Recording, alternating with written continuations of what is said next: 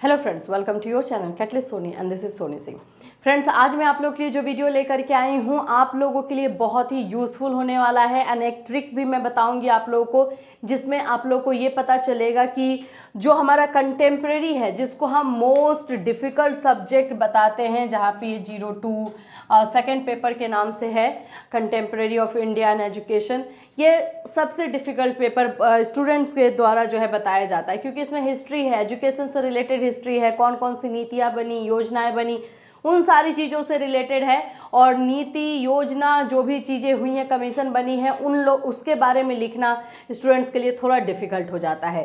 तो आज मैं आप लोगों के लिए के पास एक ट्रिक बताऊंगी, जिससे कि हम इतने सारे कमीशंस को, यानी कि 1964 कोठारी कमीशन की बात करें, एजुकेशन पॉलिसी 1986 की बात करें, 1992 रिवाइज जो पॉलिसी हुई उसकी बात करें, एनसीएफ 2005 की बात करें, या 1952 मुद्देलर कमीशन की बात करें, इन सारी चीज़ों की, इन 5 टॉपिक की हम बात करें, तो अगर हमने कुछ नहीं पढ़ा है तो भी हम कॉमन सेंस यूज़ करके इसका आंसर लिख सकते हैं, और सभी का आंसर जो है सेम भी हो सकता है।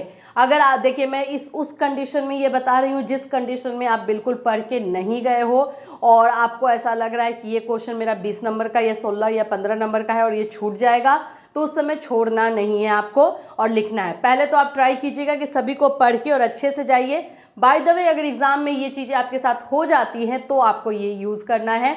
और दूसरी चीज़ की, इसको लर्न करते टाइम में भी ये ट्रिक आप यूज़ कर सकते हो, जिससे कि एक क्वेश्चन का आंसर दूसरे क्वेश्चन के आंसर के साथ कनेक्टेड रहे, तो आपके दिमाग में और क्लियरली रहे, है ना।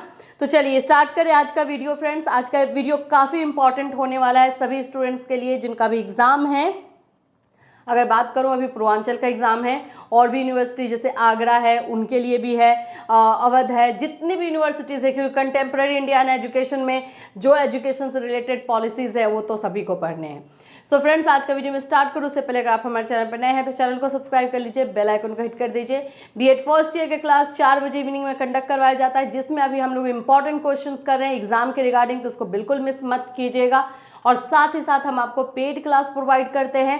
चौधरी चरण सिंह यूनिवर्सिटी यानी CCSU का जो है पेड क्लास आज से स्टार्ट है, तो आप लोग उसको जरूर ज्वाइन कीजिए। जो लोग भी एडमिशन लेना चाहते हैं, रजिस्ट्रेशन करवाना चाहते हैं, जल्द से जल्द करवाइए। साथ ही साथ बिहार बीएड एंट्रेंस का भी पेड क्लास स्टार्ट हो चुका है कल से ही, तो आप लोग बिहार बीएड एंट्रेंस में भी एडमिशन ले सकते हैं।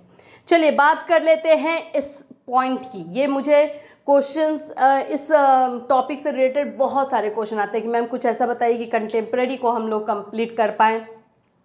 कंटेम्प्रेरी में हमारे बहुत ही कम मार्क्स आते हैं, पॉलिसीज़ याद नहीं होती है, जो नियम बने हैं वो याद नहीं होते हैं, ये सब। देखिए, इन सभी चीज़ों का मकसद सब एजुकेशन है, एजुकेशन को ठीक से चलाना, यही है मकसद।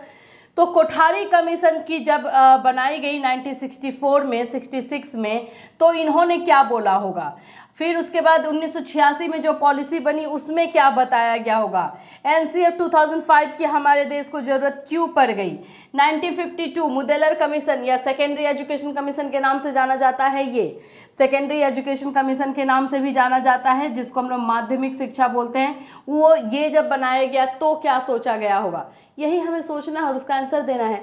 तो देखिए, जब भी 1964-66 कोठारी कमीशन बनाया गया तो उसमें यही तो सोचा गया होगा ना कि एजुकेशन को अच्छा लेकर के चलना है। तो सबसे पहले हमारे देश में इक्वालिटी नहीं है, समानता नहीं है, ठीक है, ये हम मानते हैं बात को, और इसको हम दूर करने की बात जो है एजुकेशन में करेंगे।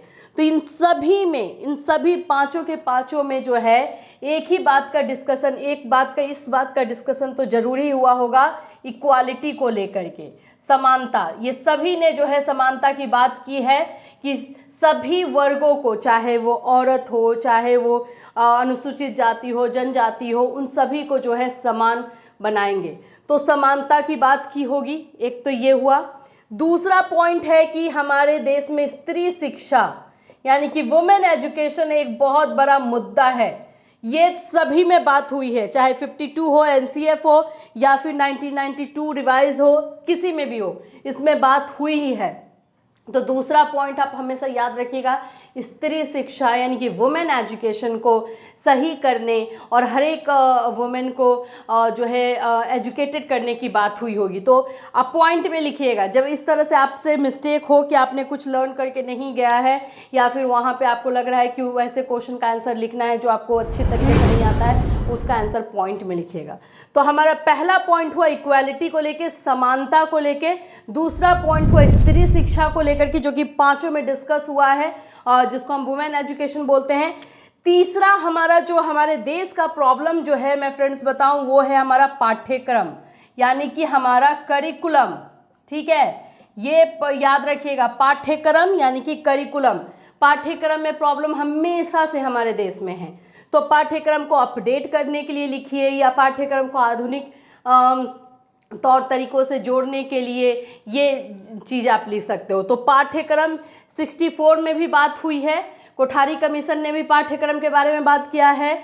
1986 एजुकेशन पॉलिसी ने भी पाठ्यक्रम के बारे में बात किया है। 1982 की जो रिवाइज पॉलिसी 1986 को किया गया था उसमें भी बात की गई है। और एनसीएफ 2005 तो करिकुलम के लिए ही बना था, इसका नाम ही था नेशनल करिकुलम फ्रेमवर्क, यहाँ पे करिकुलम को ही बनाया गया था, तो ये तो इसका मुद्दा था ही। और 1952 में भी पाठ्यक्रम की बात की गई है, किसकी पाठ्यक्रम? माध्यमिक की, यानी कि सेकेंडरी एजुकेशन की, लेकिन पाठ्यक्रम की बात तो हुई है। तो जब हम पाठ्यक्रम लिखते हैं तो वो हमारा गलत तो नहीं होगा, वो भी हमारा सही हो जाएगा। तो ये तीसरा पॉइंट आपको लिखना है, पाठ्यक्रम। चौथा पॉइंट क्या प्रॉब्लम है आप बता सकते हो? चौथा पॉइंट हमारे देश में प्रॉब्लम है मूल्यांकन का, एग्जामिनेशन का, इवेल्युएशन का। ये एक प्रॉब्लम बहुत ही घातक है और वो उसका भी जो है जिक्र इन पांचों में हुआ है। 1964-66 कोठारी कमीशन में जो है मूल्यांकन की पद्धति को सुधारने की बात कही गई, सतत मूल्यांकन की बात कही गई।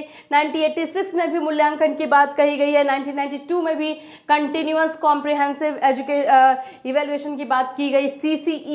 सीसीई इसी में लागू हुआ था, कंटिन्यूअस कॉम्प्रिहेंसिव कंटिन्यूअस जो इवेल्युएशन हुआ था ये। 2005 में एनसीएफ जब करिकुलम बनाया गया तो भी बात की गई कि टाइम टू टाइम पे जो है करिकुलम को जो भी पाठ्यक्रम पढ़ाया जाए उसको मूल्यांकित किया जाए, उसको इवेल्युएट किया जाए, तो इसमें भी बात हुई। 1952 मुद्दलर कमीशन में भी बात हुई। तो ये हमारा जो मूल्यांकन वाला भी जो पॉइंट है वो हमारे पांचों इसमें नीति में, पांचों पॉलिसीज में फिट होते हैं। तो ये आपने देखा, मैंने 4 ऐसे पॉइंट निकाले जो कि सभी में फिट होंगे, तो हम वैसा ही पॉइंट क्यों ना लिखें जो कि हमारे लिए कॉमन हो। इक्वालिटी कॉमन है, स्त्री शिक्षा कॉमन है, पाठ्यक्रम कॉमन है, मूल्यांकन कॉमन है। और एक और अगर मैं बात कर लूँ तो हमारा जो है एजुकेशन को जो है टेक्नोलॉजी से जोड़ने की बात हर में कही गई है, कोठारी में भी है, इसमें भी है, इसमें भी है। 1986 तो टेक्नोलॉजी को लेकर के ही बनाया गया था, राजीव गांधी ने इस बात पे ही बनाया था 1986 की शिक्षा नीति डिस्कस करने के बाद कि हम लोग जो है टेक्नोलॉजी में और साइंस में काफ़ी पीछे जा रहे थे। तो ये बातें जो है इसमें हुई है। तो हम पांचवा पॉइंट जो है टेक्नोलॉजी को रख सकते हैं, टेक्नोलॉजी यानी तकनीक को, तकनीकी शिक्षा को अपनाने की बात कर सकते हैं। तो ये पांचों पॉइंट हमारे सभी पांचों पॉलिसीज में आएंगे। तो ये 5 पॉइंट को अगर आप 4-4 लाइन 5-5 लाइन भी एलोबरेट करते हो तो आप जानते हो कि ये कवर हो जाएगा। जब आप कुछ नहीं लिख रहे हो उसमें इतने इंपॉर्टेंट 5 पॉइंट लिखते हो तो कितना आपके लिए बेनिफिट होगा आप भी जानते हो। तो ये मैं ट्रिक आप लोगों के लिए कॉमन पॉइंट्स लेकर के आई थी, जो कि कॉमन पॉइंट इन पांचों पॉलिसीज में आपके काम आएंगे। इस तरह से और कोई अगर आपको हेल्प चाहिए होगा, क्योंकि मुझे बहुत सारे मैसेज आए थे तो इस पर मुझे सोच करके ऐसा लगा कि मैं इस तरह से आपको हेल्प कर सकती हूँ, ये ट्रिक बता सकती हूँ जिससे कि आप लर्न कर सकते हो। तो और कोई हमसे अगर आपको हेल्प चाहिए तो आप इस वीडियो में कमेंट कर सकते हैं या इंस्टाग्राम पे फॉलो करके हमें मैसेज कर सकते हैं। फिर मिलूंगी, till then have a nice day.